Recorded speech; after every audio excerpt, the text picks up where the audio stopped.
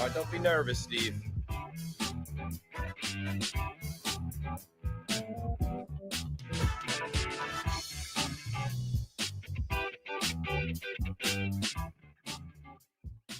Welcome in another edition of Dave Rothenberg's Giants Obsession. And oh my God, the sun came out today and the birds were chirping and the grass was green and the Giants won a football game.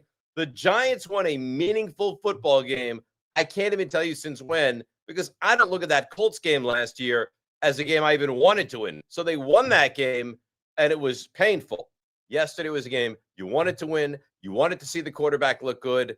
And I mean, outside of the obvious and the Malik Nabers injury, it was a really, really good day to be a New York Football Giants fan. So we've got your requests, and coming soon, DRGO on Apple Podcasts. You can follow us on all our social media platforms, Instagram, TikTok, at DR Giants Obsession, on Twitter, DRNYGO, Spotify, Dave Rothenberg's Giants Obsession. And how about this? Remember yesterday we were kind of pleading, it was somewhat pathetic. We got to get to 1,000 subscribers on YouTube. We blew past 1,000. We're now over 1,200.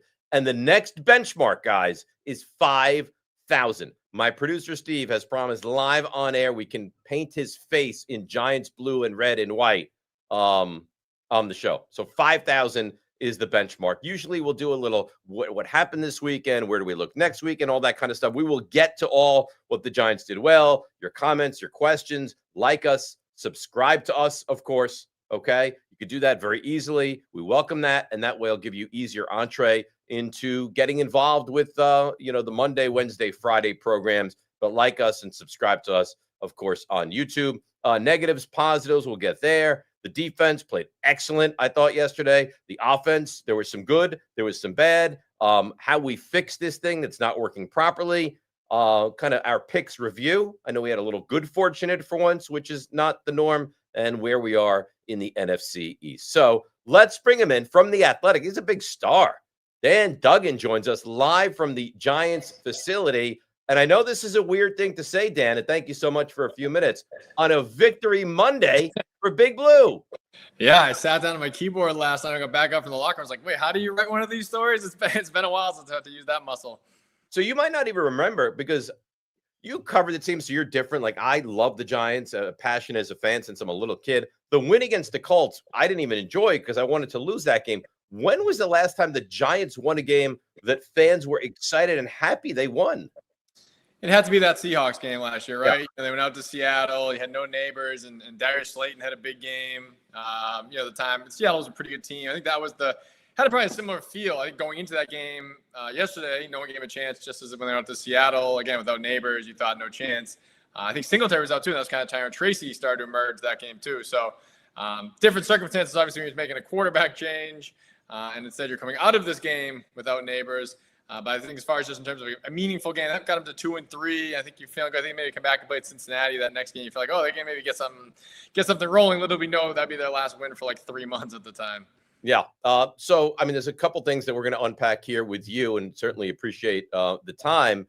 And let's start with the negative, okay? And that, of course, is the injury to Malik Nabers. So we find out just a little bit ago it is a torn ACL. He's going to be out for, of course, the entirety of the season. I mean, how does that, irreparably crush their skill position players on this offense?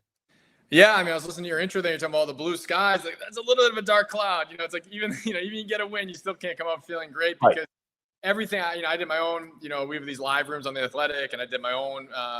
This type of post-mortem with Charlotte Carroll, my colleague, this morning. It's like anytime you start to kind of get excited about the offense and about Jackson Dart, you're like, but how's it going to look without Malik Nabers?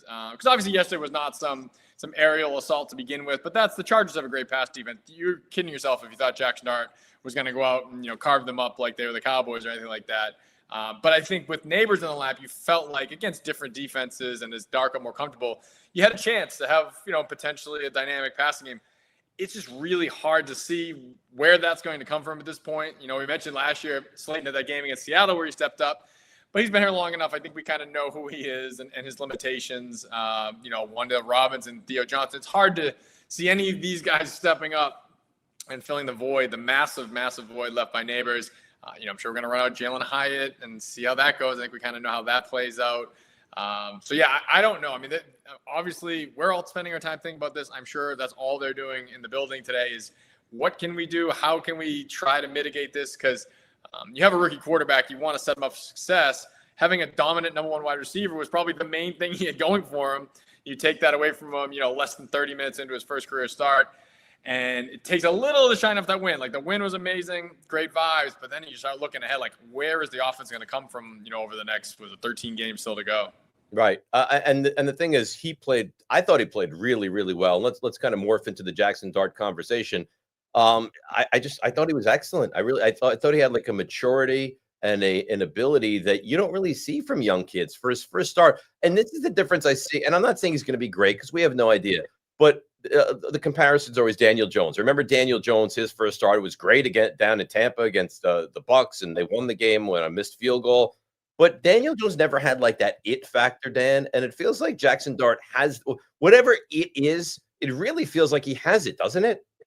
Yeah, I mean, listen, you can see why Brian Daboll is, been head over heels with this kid since the draft process, why he essentially took his career and put it in Jackson Dart's hands. This was the last card Daboll had to play, and he played it last week. And now, yeah, again, he didn't have like an amazing stat line, but just the way the spark he provided that first drive, and that was a totally different offense. That looked nothing like the Russell Wilson offense, the no huddle, everything spread out, the quarterback runs, even the quarterback draw he scored on. The Giants have been running that play forever. He had a different level of burst when he got through the line there, and obviously took it 15 yards for the touchdown. So yeah, I think that he definitely has that. I mean, he's going to have to rein in the running style a little bit. It's crazy. He's not going to make it through. Forget about the season. He's not going to make it through the first half of the season if he plays like that. I mean, listen, let's just add in the preseason. He's probably played 100 NFL snaps. He's got a hamstring injury plus 2 concussion tests. I mean, that's not a great rate. It's going to be hard to sustain that. So you love that he plays with such fire and he's so aggressive. We don't need to be like throwing right hooks at defenders 40 yards downfield to end runs. But I think that's just part of the package. And that's part of what Daboll loves. Like most coaches, I talked to a bunch of Darts former coaches, high school, college. They all try to rein it in. Daboll's kind of like gives lip service to reining it in. And is also like, hey, that's kind of what makes him who he is. So I think, there's going to be some stressful moments for Giants fans just watching this kid get pummeled over the next weeks, months, years. But I don't know that he's going to be able to change. But it also adds an element. The legs was the thing that I think set him apart yesterday. I mean, again, the passing numbers pretty pedestrian. Made the big throw to Theo Johnson there when he needed to. But the legs is what I think kind of added life to the offense. Well, you remember against what was it, Dallas it was Kansas City when they had the ball down in the red zone and they took the grounding penalty, and the next play after the grounding penalty, Russell Wilson did a quarterback run, and it was one of the most pathetic things we've ever seen. Now he does it yesterday, and it looks very, very different. The play, and there's little plays that stand out. The one play that really stood out to me, I think it was like a 3rd and 10 at their own 2-yard line, and he drops back into his end zone.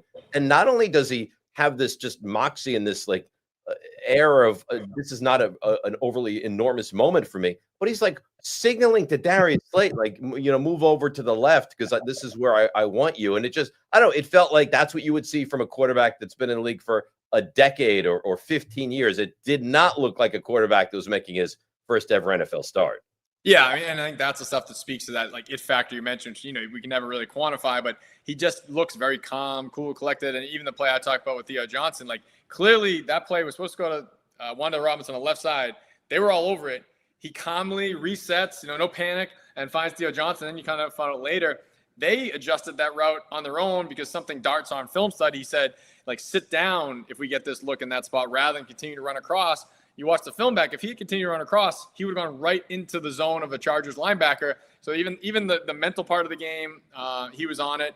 And I think the thing you mentioned, that Slayton play, that's the thing that he did multiple times that I think sets him apart. You see so many quarterbacks, even Russell Wilson and other younger quarterbacks, they're always going back in the pocket or bailing out of the pocket. He does a really good job climbing the pocket. There was time after time he did that, where he had one where he found Nabers over the middle. It might have been on the opening drive. He had the one where he hit Bellinger. I think it was like 3rd and 12, 3rd and 13. Same deal. There's pressure kind of coming, but there's still room to maneuver. And instead of escaping, he worked his way up and then obviously found the receiver over the middle. That's the type of stuff that I think that's innate. I mean, you can do all the drills in the world. Mm-hmm. When the bullets are flying, you have to kind of have the right instincts or not. And that is something. So to me, I've seen a little bit in the preseason. You think about that play through to Gunnar Olszewski when he was scrambling and found him for the big gain. I think it was the third preseason game. So we've seen that over and over. And I think that's a trait that can really serve him well. And then you add in the run threat.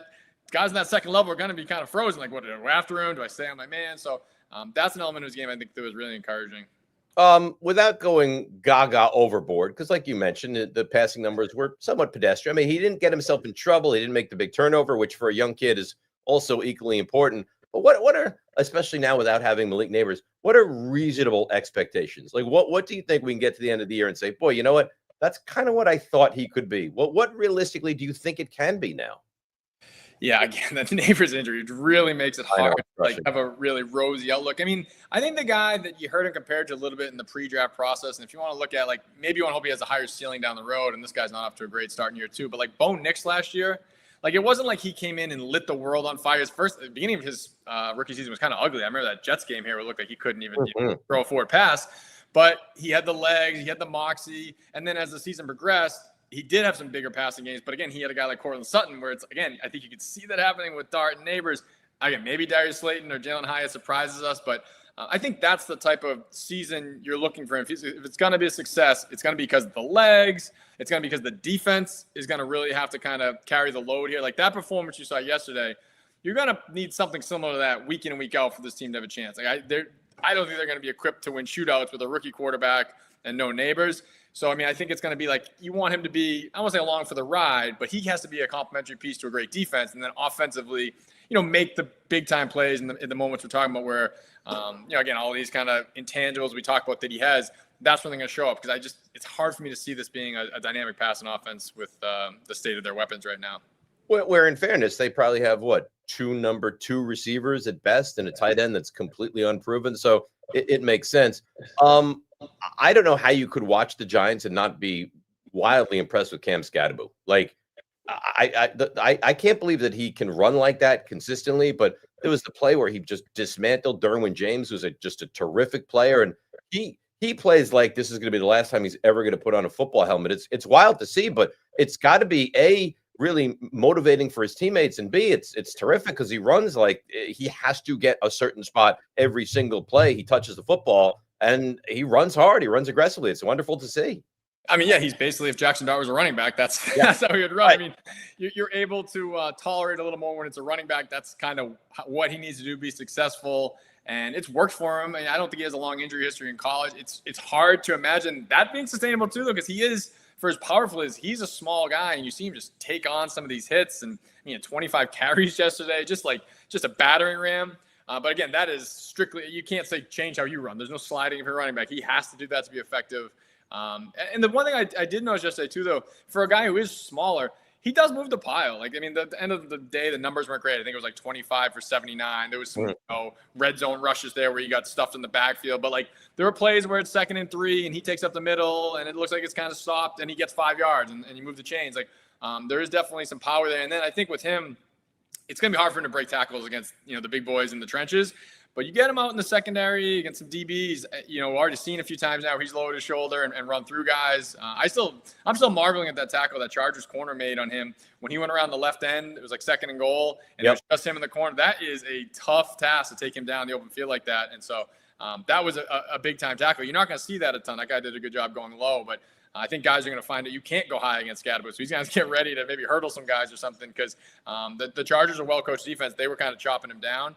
Because if you try and go high, I think he's the guys who are going to run over people and punish people. And so it's like him and Dart's like the crash test dummies back there. They're just running into walls, and hopefully they're both standing.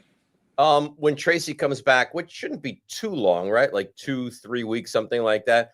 Now without having Nabers, because Tracy was a wide receiver in college, and Skattebo was certainly very equipped to catch the ball out of the backfield. Is that something you can see, like having those guys on the field at the same time and maybe trying to get one of them the football out in space in the passing game? Yeah, I mean, I think they're going to get creative. Like, I don't think, there's a reason why Tracy switched to running back after like 4 unsuccessful wide receivers. I don't think you're going to start using him in that role. But I know what you're saying. Like, I think we saw glimpses of it in the preseason with the screen game was pretty effective. So I think both those guys can be weapons there. And yeah, you got to get your best players on the field. So that might be a two-headed backfield. We saw at times with Saquon and Matt Breida in 2022 where they used those types of packages. Might be time to kind of dust those off. I think they're gonna have to get creative. Period. So I don't think it's sustainable for Cam Scadaboo to have 25 carries a game. So as much as he made a good first impression, I think there still is a role for Tracy when he comes back. Like you said, hopefully it won't be too long. Shoulder injury for running back, not one you can probably rush back from. But he brings a different element, and I think they're going to need to lean heavily. It's going to be the run game. It's going to be those two, and it's going to be Dar. I think that's going to be sort of the engine of this offense now. Dan Duggan joins us here on Dave Rothenberg's Giants Obsession as he's getting ready. I know you're getting ready for the Dable press conference, so when he's ready to roll, you let us know. And we'll about 5 minutes. I think we're good. Yeah, 5 minutes, no problem. So defensively, because that's where I thought they won the game yesterday, right? The pick from Drew Phillips, Dexter Lawrence got down at the red zone a couple times just based off what the defense was able to do. But it wasn't just like the turnovers, which were a nice, change of pace for Giants football. They got to Justin Herbert. They made him uncomfortable. Carter was 9 pressures, right? I mean, Thibodeau was terrific. Burns was sensational. How much of that is, hey, this Giants, front four is legitimately very good and getting better? And how much in your mind is, well, this is not the starting offensive line that the Chargers expected to go into this game with? Yeah, I mean, of course, I think it's a combination of the two because, like you said, the Chargers already missing Rashawn Slater, then Mekhi Becton was out at right guard, and then Joe Wallach gets hurt early in the game. So you're going pretty deep down the depth chart, not too many linemen. Not many teams have linemen at that point are going to be able to block Brian Burns and Abdul Carter off the edge. And we saw, I don't know his name, poor number 74 who came in at left tackle. I mean, Abdul Carter just absolutely abused him. But listen, that's the NFL. There's going to be bad offensive lines they face. That's why you've built this formidable front four. They should dominate games the way they did yesterday. Because you looked at that Chargers offense coming in. I mean, the offensive line was shaky, and again, they had Alt. But Herbert and those wide receivers, that was dangerous. And you felt, that was a pretty scary matchup for the Giants secondary. But, hey, even Justin Herbert can't complete pass him. He's running for his life. I mean, I think the most misleading stat from this box score is 2 sacks because he was under pressure constantly. I mean, you think how many plays that don't go down as sacks, but it's Carter hitting him right away, and he's getting rid of it and getting intentional grounding, or another third down incompletion where Carter's in his face, almost, right off the snap. So I think that group has played well in the first 3 games, and it certainly hadn't been a disappointment, but they hadn't taken over a game either. And I think that's finally what they did. I mean, it was a situation where I think the Chargers might want to revisit that game plan. They barely ran the ball. When they ran it incredibly well, but they dropped back to pass a ton. A little bit of that's game script where you're down. So that you always hear about, guys can pin their ears back. I think that definitely benefited the Giants. So if they can get leads and unleash these guys, and I think there's also a factor of they're still figuring out how all these pieces fit together. Like, they're all really good pieces, but is it going to be Carter rushing inside? Burns did a little bit more yesterday. They did a lot of stunts yesterday. Like, so some of it might be game plan specific, but I think some of it is they're still kind of finding their footing, where all these guys are going to fit. Because, I mean, there is a ton of talent. I think Dexter Lawrence played his best game. I mean, you always knew he was going to be fine, but the first 3 games, you're kind of like, all right, we're still kind of waiting for him to really get into, like, prime, all-pro, best defensive tackle in the league shape. I think we saw some of that from him yesterday. So, obviously, I think that was just a incredible performance. Like, that's what carried the day. You figure 2 of the drives for the offense started at the 3-yard line. You got 11 points out of those. If you don't get those turnovers, which have been lacking from this defense the last 2 years, probably a different outcome. So they made the plays when they needed to make them, and then just consistently kept the Chargers offense off track. Deonte Banks drives me insane, and he had the one play where on the 3rd and 18 where Herbert, there's no way he was going to get that, and for some reason he decided to go inside, and Herbert went outside, and he picked up the first down. But I didn't want to crush him because I think everyone knows what he is. I want to actually heap praise, because as disappointing and frustrating as it is to watch Deonte Banks, Drew Phillips is a really good player. He's a terrific tackler. He can. He stays with receivers for the most part. I don't think he's the most athletic guy in the world, but like, he's tough as nails. And it looks like they kind of did miss on Banks. And I think even the Giants brass would admit that if you gave him truth serum. But Drew Phillips is a really good player. Like, do you agree with that? Like, am I reading the room correctly? I think he's like probably one of the more volatile players, at least this season, because he's had some ups and he's had some downs. Like, he's always around the ball. And always. And had a great game yesterday, kind of a bounce back game, because you're back to that Chiefs game. He got benched midway through that game. They put Flott into the slot, and brought Banks in. And then I think Banks had a couple bad plays. So they ditched that and went back to Phillips. I mean, I would much prefer ride it out with Drew Phillips because to your point, like he's tough. He's going to tackle a lot of stuff that Deontay Banks doesn't do. So I don't know why we're accommodating getting Deontay Banks on the field. I'd rather live through Drew Phillips' ups and downs. I like Cowboys game. Cowboys game was probably good. Mike Crosby's career. He had a lot of ups and downs in that game. Sure. I don't think he's like the greatest slot cover guy, but I do think he's competitive. I think he's a great tackler. I think you saw it. He did it against Deebo Samuel in the opener. He did it again late in the first half yesterday where like those crossing routes, he does a great job closing on those, and he's a short tackler. So I think he's more of a positive than a negative, and certainly he was yesterday. I think there's still some limitations that, again, I just think coverage-wise, you can probably get him isolated, and he's not going to lock down guys. But that's a tough position. These slot receivers are so shifty, so tough to cover. But no, he's a guy who just like in terms of how he plays, and he plays well like he did yesterday, like he's a difference maker. And then I think Banks on the other end, like I don't understand how they justify continuing to play him. You said, if you gave the first round pick. That's what I said. So you said if you gave truth to him that admit he's a bust, but like they keep putting him out there, keep trying to shoehorn him in, and it's just like it's time to pull the plug. I mean, he hurts the team more than he helps it. And you have a guy like Flock who's not great, but I think he's at least reliable. And Phillips, same deal. I think it's probably time to pull the plug on this weird rotation they have going there. But that first round pick scholarship buys you some more time. It sure does. And it just can't even buy Evan Neal anytime. That is how badly it's been with him. Last one, I'll let you go. Sure. How much of an exhale is it around the facility today?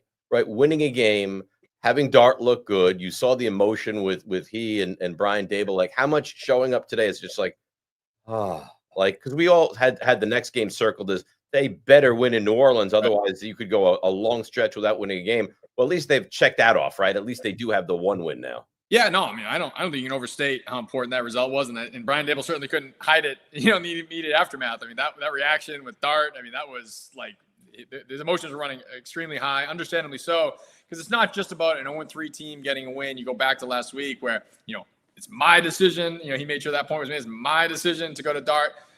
He pushed all his chips in the middle. To use the old fossil analogy. Dart was again the last card he could play. He needed this to go well.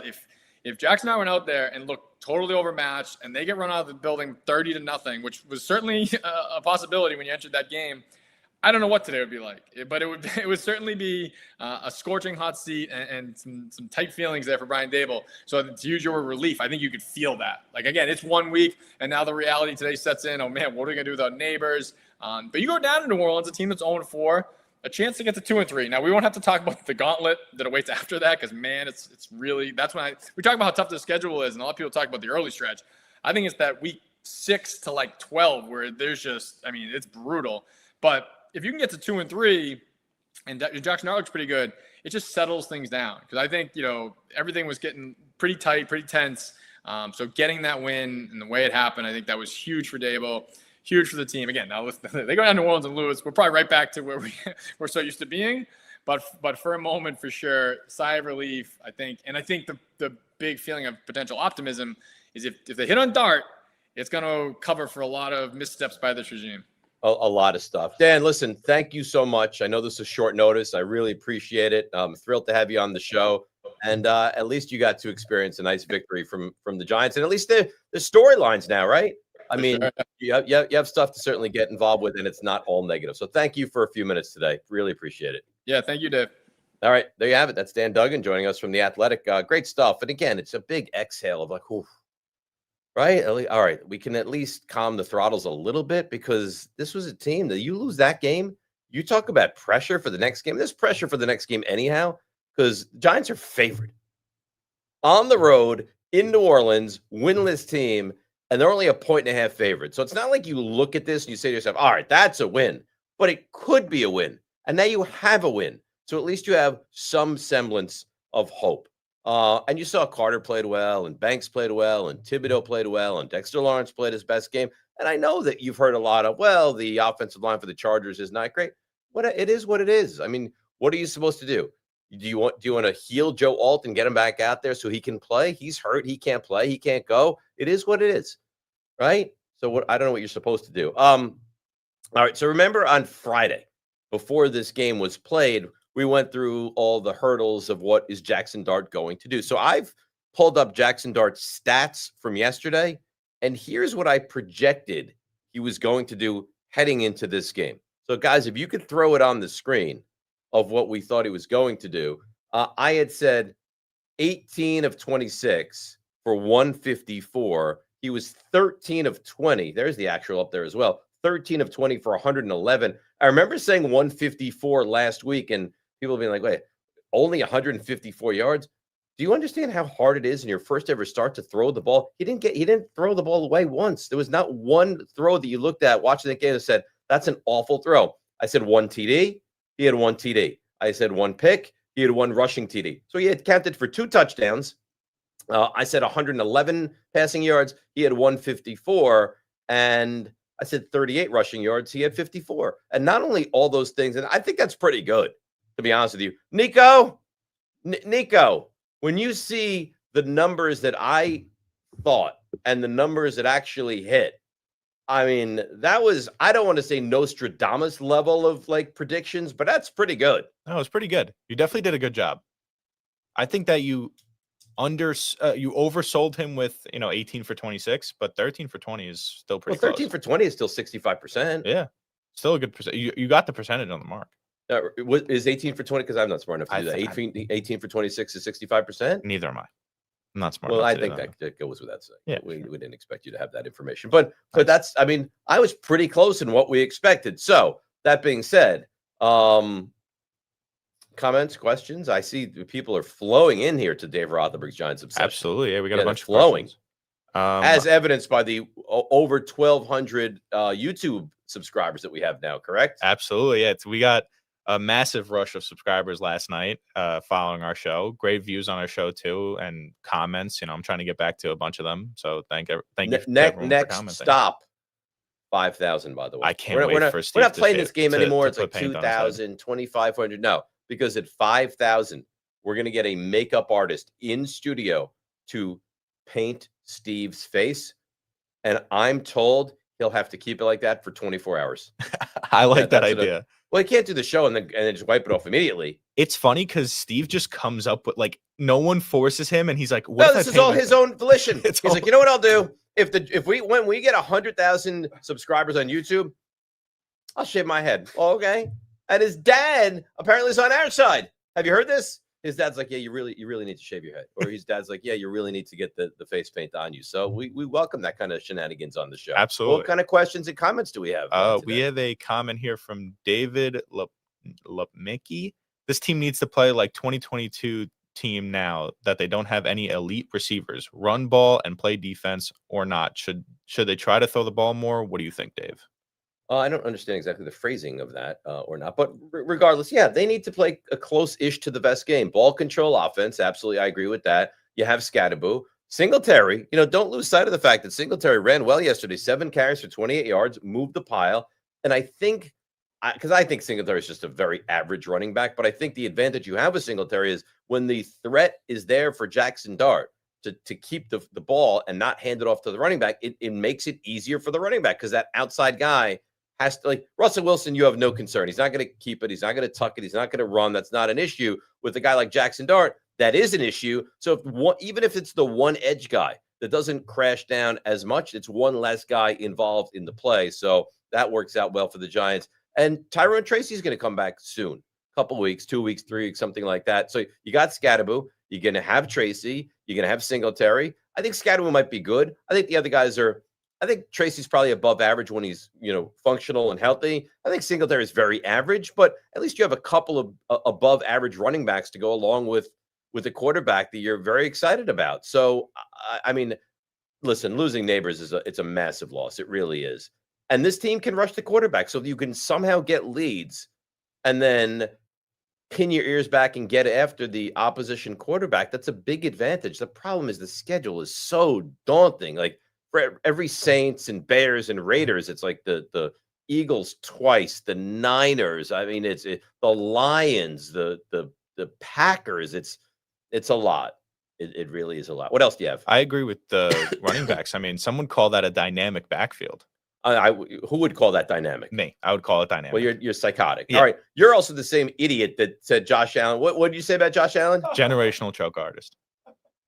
I mean, you should be slapped across the face. You should. You ever see those like Steve wants to do it. those slap fights they do, where like the guy lines up and he like pulls back, and then he lines up and then he hits the person and they pass out. Yeah, that's what we should be allowed to do with you. 500,000 subscribers. Me and Steve will do one on air. 500,000 subscribers. Yeah. If I'm getting knocked out, we need some. What did we say for him to shave his head? 100,000. 100,000. So 500,000 subscribers, and all right. Can we hire a professional slap fighter to slap you? Sure. Oh my! If you don't, you'll have to sign waivers and stuff, but solely to get you to be slapped by a professional fighter. Have you seen those people? I would have to take at least a week off. Well, that's understandable. Yeah, I would be out. I would 100% get and we pay you nothing now, right? Yeah. So we would double that. Yeah. Absolutely, we would double your salary. What other questions and comments do you have? We have Notorious Han. I enjoyed the win, but is it just me, or does it seem like Dayball is turning to dart into Daniel Jones? Safe throws, and he's literally running him to the ground. Won't last the full season. I agree with this not comment. like that. It won't. I don't think it's turning him into Daniel Jones, but he won't last like that. You can't play football like that. It's not like he's. Is there an enormous quarterback that takes punishment? You say, well, he's so big. Like if Bo Jackson were to play quarterback, you'd look at that and say, okay, I can understand it. He's not that big. He's not. I'm not saying he's a small guy, but you can't take punishment like that. These are animals that you're going up against. That being said, is he turning him into Daniel Jones? What do you want in his first game? You led throughout. Did you want to just start heaving the ball up? You know what else I really loved? And you will never think about this because the play was so catastrophic. The play that Dart got threw the ball long to Nabers and he tore his ACL. But Nico, on that play, he drew the Chargers off sides. He had a free play. He knew he had a free play, and his thought was, I'm going to take a shot. I'm going to take a shot downfield. So I understand that you say conservative. You led 10-0. You led 13-3. You led 21-10. Like what is it that you want the Giants to do? Start being up and just taking massive shots downfield when you get the lead? It doesn't make sense. If you're down by 4 and there's 2 minutes to go and you're dinking and dunking underneath, yeah, that makes sense. But what you're saying at this moment doesn't make sense. And he's not Daniel Jones. He's not. And you have to get out of that mindset that people are going to, wow, Daniel Jones he's not Daniel Jones. And I think he's going to be a better quarterback. I think more of the focus on that has to do with the fact of like the designed run plays, the designed QB draws, or, whatever the options that where they're forcing him to run. And Daboll does a lot of it, especially with that was Josh Allen, but with Daniel Jones, where Josh Allen is a perfect person. Yeah. Because Josh Allen is a behemoth. Like Josh Allen's got to be 6'5", 245 pounds, and he takes a lot of punishment. But at least with Josh Allen, you think to yourself, all right, he's so big that he can absorb some punishment. Dart is not that big. Like if you went into a lab and said, I want to create a quarterback out of central casting, you would come out with Josh Allen. I'm sorry, Jackson Dart is just not as big and gifted athletically and strong as Josh Allen. But the truth is, nobody really is. Nobody really is. Yeah. You got any more? Yeah, questions, one more. Comments? By the way, before you ask the next one, which I do love the way you're doing this, is people can get involved. Absolutely. They can like us. They can subscribe to this YouTube show. Mm-hmm. So this is not one dimensional. But it's fully 3D. Yeah, where you can get involved and we can answer your questions. We also have a community tab on our page now on YouTube. So if you want, you can, even show your support on our community tab. You can also check out when we post on there on our YouTube. So if you just go to our homepage on YouTube, you could click over to the community tab and get involved that way too. What does that mean, community tab? Like, talk to me like I'm an idiot. Like, what does a community tab So basically, mean? Our subscribers, if you're a long-lasting subscriber, you could post on our community tab and we can, interact with you, comment on you, have conversations. At what point can people get themselves on video and ask questions on the live YouTube They stream? can do that through that too. Yeah. Through the community tab. Yeah, they can absolutely. So the community tab is a big deal. Yeah. It is a big deal. So you want to be part of the community. You want to be a part of the obsession. Yeah. That's what you want to be. Yeah, you want to be part of the obsession. A lot of people. What else do you have? A lot of people want to be a part of it. Well, it's a growing obsession. It is. It's like a fungus. Yeah. The Moloko Velocit. What the hell does that mean? No idea. Can you, Steve, do me a favor? Google what Moloko means. Gotcha. The Moloko, unless that's just a guy's name. Can you imagine he's like, hey, how you doing? Like, good, I'm Dave. Good, I'm Moloko. Like, maybe it's just his name, right? So he says, Dave, what's the game plan for a Giants win against the Saints? Well, I mean, you want to be able to run the ball effectively. You want to be able to shorten the game. You want to be able to limit turnovers, which they were great with. And you want to turn over the opposition. And the thing is, you and this is on turf, right? So you have guys that can get to the quarterback. Let the guys loose. Let them get after Spencer Rattler.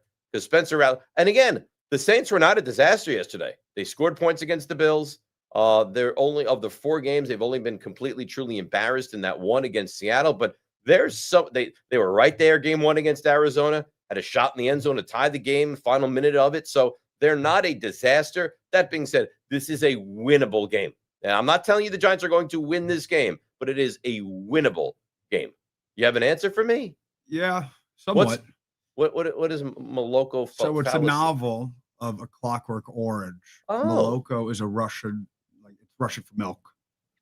And I believe he owns a milk place. A milk distribution center? Let me see. Milk bar. He owns a milk bar? That's what it says in his logo. Yeah. Yeah. What is it? Like, you want to, like, listen, man, I have had a really tough day. Give me a double shot of milk. Milk. Give me a double shot of skim. So. Really? Warm milk. I mean, when was the last time you had warm milk? Can I be honest with you? Never. I don't know that I've ever had warm milk. Less hot chocolate, but that doesn't count as warm milk. Do you generally have warm milk? I mean, I don't genuinely have warm milk, but I feel like I've had it in my youth. So, like, You when said you were it a like little you boy, yeah, for sure. You wouldn't feel well, and your mom would come rushing in and be like, "All right, Nico, I have a cup of." I don't warm have milk for memories you?" of it, but don't they like warm up milk for like That is a days? thing that's happened. Like, Yeah. warm milk is a thing. I'm not saying it doesn't exist, but what this is a guy that just hands out warm milk. Yeah, it might be great. It might be. It might be 1 really million great. subscribers. We go to Moloko's. How many? 1 million. We go to Moloko shop because I don't think it's in this country. I think it's in Russia. Oh, Moloko is watching internationally. I believe so. It says Karovo Milk Bar, and I think Karovo might be like a Slavic place. a Clockwork Moloko. If you could Just drop in the something comments, Russian. where is your milk? Because he's a shop? fan of this YouTube show that we do. Yeah, we've seen him before. Yeah. We have a familiarity with Moloko. Yes, we do. So maybe he could respond and let us Come know. to the shop, he says. Where's the shop? Yeah, tell us where the shop is. Moloko, where does the shop? See, this is the thing. If you're in the community, but think about this now. Moloko joins the community. We say, Moloko, we'd love to get to know you a little bit. We do a little split screen. It's me and Moloko. We do 3-4 minutes. Now everyone knows where. It'd be great advertising for him, Yeah, right? maybe People- he could sponsor the show. I would love to have the Moloko Velocet portion of the show, right? This Jackson Dart throw was brought to you by Moloko Velocet. Yeah, How great would that be? exactly. Right. All right. Any other questions, comments we need to get to at the moment? He hasn't answered with his location. Nothing yet. Well, when he does. Yeah, he'll- when he he'll give does. that information to me. We'll get back to questions and comments in just a couple of minutes. So, positives and negatives. And I appreciate you guys as always. Before we get to positives and negatives, Apple Podcasts. We're coming real soon on Apple Podcasts. You want to get involved with that. Social media, Instagram, DR Giants Obsession. TikTok, the same, DR Giants Obsession. Twitter, DRNYGO. Spotify, Dave Rothenberg's Giants Obsession. On YouTube, like us, subscribe to us, and we will continue to pour out content 4 days a week, which we have been doing. All right. I so, have an update. Look at you. You're back. I'm I back. can't get rid of you. All right. What's the update? So the store is in London, Mm. and Moloko also says, in A Clockwork Orange in 1971, the varieties of Moloko available are named after different drugs. Velocit is speed in Latin. He seems like he's very bright. Very bright. So so Moloko Velocet is the name of his milk shop in London. That we are going to at 1 million So at subscribers. 1 million subscribers, you want to go. We're doing a show. The 4 of us will travel to London, and maybe we do a live show from the Moloko Velocet. I love that. I love that idea as well. 1 million. That's going to take some real work. Yeah. But if we get there, oh, what a time we'll have. And I'll tell you what, just to show you how much I believe in this, I will have a full fatted milk. None of this skim, no 2%. I will go whole milk at the Moloko Velocet. That's awesome. I All can't right? wait. Whole milk. I can't wait. Warm, whole milk. All right. Positives, negatives. What did we see that we liked? What did we see that we in fact didn't like from the Giants yesterday? There's a lot to like. There really is. They got to the quarterback. And again, we talked with Dan about this from The Athletic. They didn't sack him, but they made Justin Herbert highly uncomfortable. Highly uncomfortable. And that's a plus for the Giants. Defensively, what do you not like? Deonte Banks makes it very difficult to watch him play football because he doesn't want to tackle. He's not a very good coverage guy. And you think to yourself, well, what does he do well? Well, he doesn't do a lot well. And the only reason it feels like he's playing is because he, in fact, was a first-round pick. So that's my initial kind of view of where we are defensively. Carter's getting better. Dexter Lawrence played well. The Giants forced turnovers is a tremendous positive for them. Banks really struggles. The secondary is not great. I thought it would be better. Javonte Holland, I thought would be better. Debo, I have not been wildly impressed with yet. But to hold the Chargers is a good offense to 18 points and turn them over twice is, I mean, let's not lose sight of that, guys. That's a really impressive job by this Giants defense. So that's kind of the defensive stuff. I can't even say the kicker's name. I haven't mastered that as of yet, but he was effective. And just having an active kicker who's able to kick the ball is also a nice thing. So that was good. I thought their special teams was more than adequate. Gillen is a good punter. He really is. He booted I think a 67-yarder that turned into a turnover, and the Giants kind of flipped the field there. And then offensively, I mean, Dart I thought was really good. Wasn't great, wasn't like unstoppable, but he played well. And I think you have to be excited about that. On top of that, they ran the ball effectively. And they ran the ball. How many times have you watched the Giants over the last, I don't know, decade or decade plus? And it's, they try to run, they can't run, they give up the run. Even with Saquon, it was like, how many times was it 11 carries for 5 yards and then they kind of abandoned the run? Well, not now. I mean, Scadaboo is going to get the ball. Singletary's going to get the ball. When we get there, Tyrone Tracy's going to get the football. And I look at that as a tremendous positive for this team. I really do. So run the ball effectively. A negative, I mean, it was no fault of their own. That play and that injury to Malik, and I had friends at the game that were sending me texts, this is really bad. The card is out. It looks terrible. His head is in his hands. And the thing is, it didn't even look that bad. There's times when you watch a guy go down and your first thought is, oh, God, that's it. Season ending. The only reason you had, at least I had the thought this could be really bad, is because his reaction, not because of watching the video of the injury. But your entire offensive game plan now has to adjust because you had a weapon that most other teams just don't have, and you don't have that weapon anymore. That doesn't exist anymore. So how do you figure out how to make Darius Slayton, who's, in my opinion, a very mediocre NFL wide receiver, but how do you make that work? I don't know. How do you make Jalen Hyatt, who's really a massive bust so far in the NFL, how do you make that work? I don't know. All I know is this. You have an athletic quarterback. You want to use as athleticism. And I think you want to find that real sweet spot of you have an athletic quarterback and there's really great things he can do. However, you don't want to put him in peril. You can't allow Jackson Dart to take massive hits. And I know that Dable's job may be dependent upon Jackson Dart, but God forbid something happens to Jackson Dart next week, right? God forbid.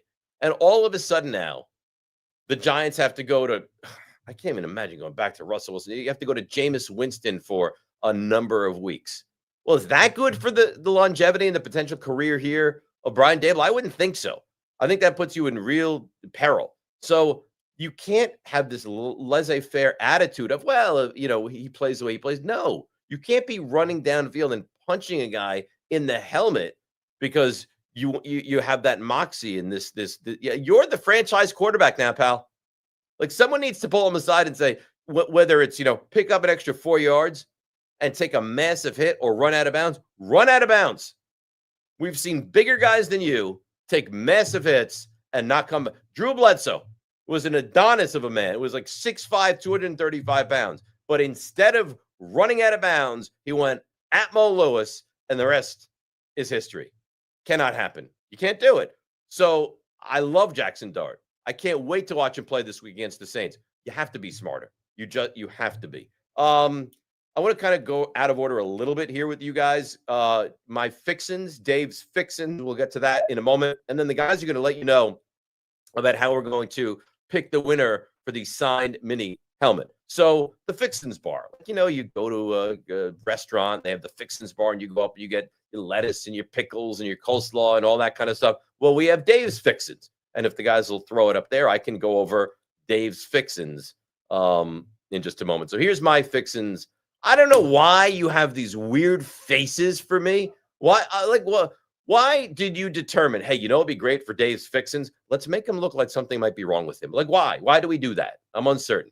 Anyhow, the Giants need to put up 7s in the red zone. You had the play where they threw to Wan'Dale Robinson. He easily could have caught it. He dropped it. I didn't think it was a great throw. You need to put up 7 points when you get down to the 2-yard line. See, there's this idea that once you get into the 20, you're in the red zone, and you are. But there's a difference between getting to the 18 and getting to the 2. When you get inside the 5, you need to figure out a way to put touchdowns on the board. And so far, they haven't. But it's different now because now you have a quarterback that's able to keep it, and it adds a completely different dimension. So I want to see touchdowns. Secondary, again, I don't know how because Deontay Banks is not very good. Cordell Flott is fine. Drew Phillips, I think, like Dan told us, he's very up and down. I thought he was excellent yesterday. And Paulson Adebo, let's be fair, through 4 weeks is somewhat underwhelming. So I think what makes the secondary better is the front 7. If you can, and you saw yesterday, if you can get real pressure on the opposition quarterback, it changes everything. If guys don't have to cover for as long. Guys can jump routes. Guys can be more aggressive because they need to get rid of the football. So that's a benefit. And last but not least, a pressure needs to result in sacks, right? You saw they had, Carter had 9. I think Thibodeau had 6.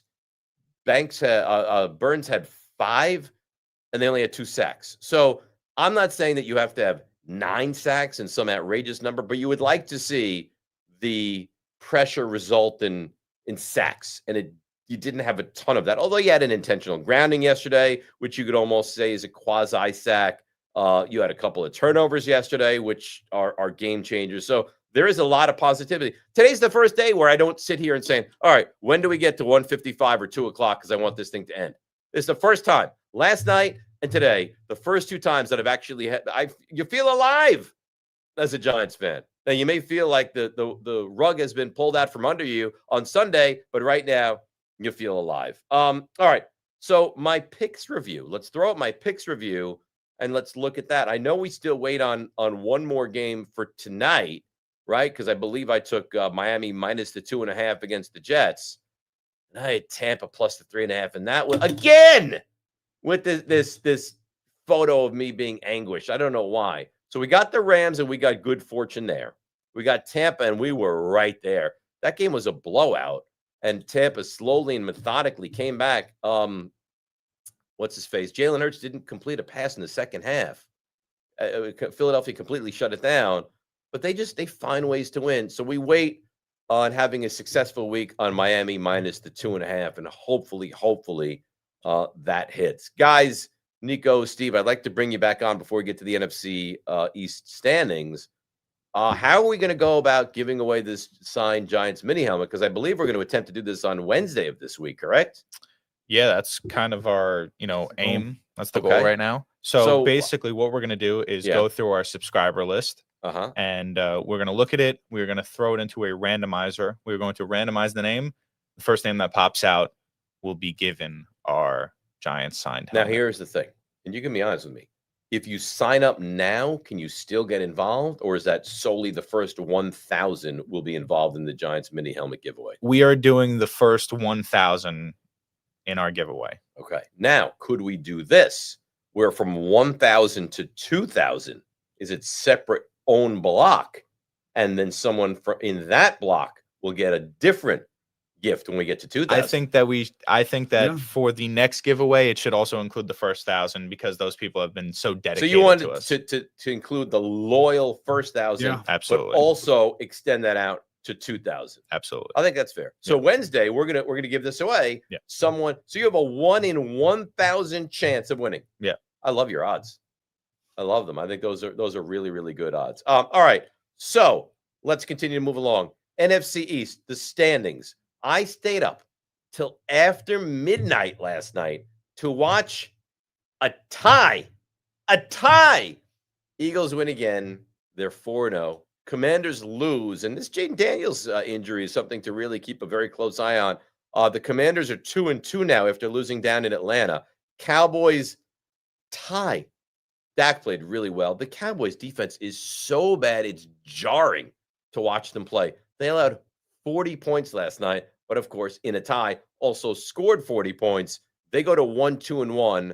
So here's the Cowboys, the Packers, unless they tie each other for standings wise and they're fighting for a wild card spot, you don't have to worry about winning the tiebreaker against the Packers or the Cowboys because they're not going to have the same record as you. And then, of course, the Giants bringing up the rear at 1-3. The only thing I'll say is at least it's not a 0.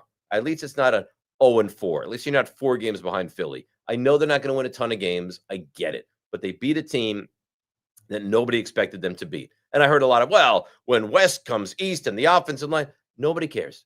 Nobody cares. The Giants won, and they improved to 1-3. So where are we? Where's an overview of where we are? Giants win.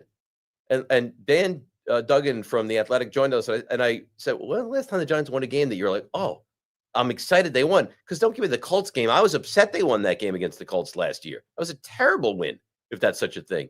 It was week 5 last year against the Seahawks when they went to Seattle and beat them. So week 5, this was week 4. Let's do the math here. It's been almost 1 full year since the Giants have won a football game that you are excited about.